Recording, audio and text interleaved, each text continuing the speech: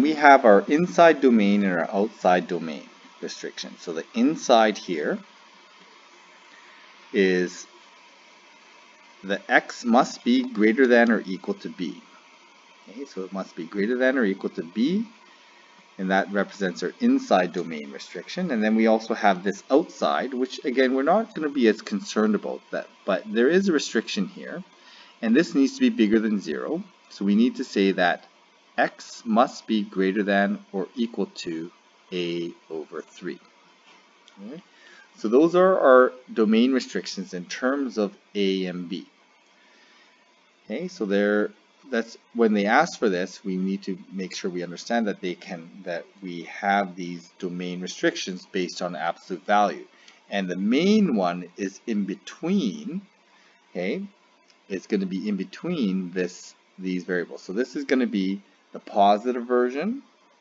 Okay, so remember we have our positive version and we have our negative version, which I forgot to list here. Our negative version of our domain restriction is when x is less than b. Okay. Our outside restriction just has to be greater than 0 though. So what are the values for x, our solutions to the equation? Okay, well, let's solve this. Okay, so we can just solve this and we'll do the domain analysis afterwards. We'll just go ahead and solve it. So we end up with 3x equals, absolute value 3x equals 3x. So we have our positive value solution, which is 3x equals 3x. Well, when is 3x equal to 3x? Well, that's when x can be anything. We get x equals x, or we get 0 equals 0. This really means all real numbers. Okay. What about the negative version? Okay, so here's our negative version. Well, the inside 3x must equal negative of 3x. Well, if this is the case, we get 6x equals 0. This one is a solution of x equals 0. Okay. So at x equals 0, we have a solution, a unique solution. Here we have all real numbers, but remember that there is a domain restriction here. So let's do some domain analysis here. The domain of the green is when the inside is bigger than 0, so that's when x is greater than or equal to 0. So putting these two parts together, the solution is going to be not all x's, but when x is greater than or equal to 0, that is our solution. So when x is 5, right? X is 5, yeah, that works. But when x is less than 0, we get -1, for example, gives us -3. The absolute value of -3 is not equal to -3. Okay, so it doesn't work outside the domain. We also have it equal to 0. However, we did include that here, so that represents the boundary. So essentially we get a kinked graph. Okay? So when we look at the graph of this then, the graph of this is going to look like this. So and I'm going to write the domain here.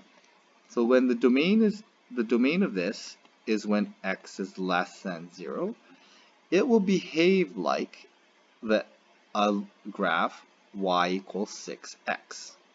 Okay, so it's going to look like this. It's going to hit 0, so there's our solution, x equals 0. And from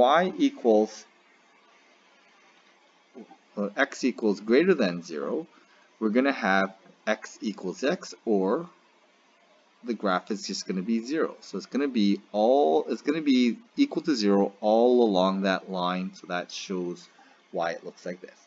If you go ahead and graph it, we're going to end up with a graph that looks like this. Okay?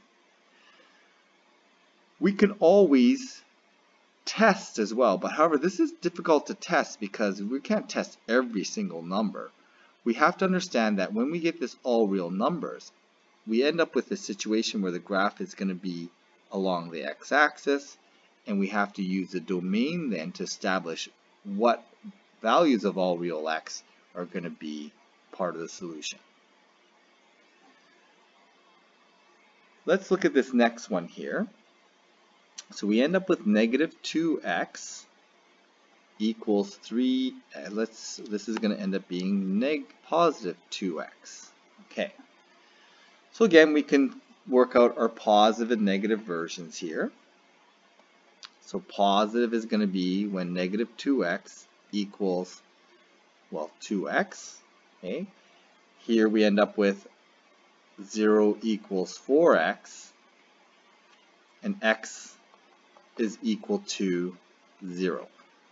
Now technically this is could be our negative version, but if we put it with our domain, we can say that, well, if x is, since it's 2x, x is less than or equal to 0, this is going to be our domain. X is equal to 0. For the negative version, we end up with negative 2x equals negative 2x. Well, when is negative 2x equal to negative 2x? It's equal to, well, we can reduce it to 0 equals 0, which means x is all real numbers.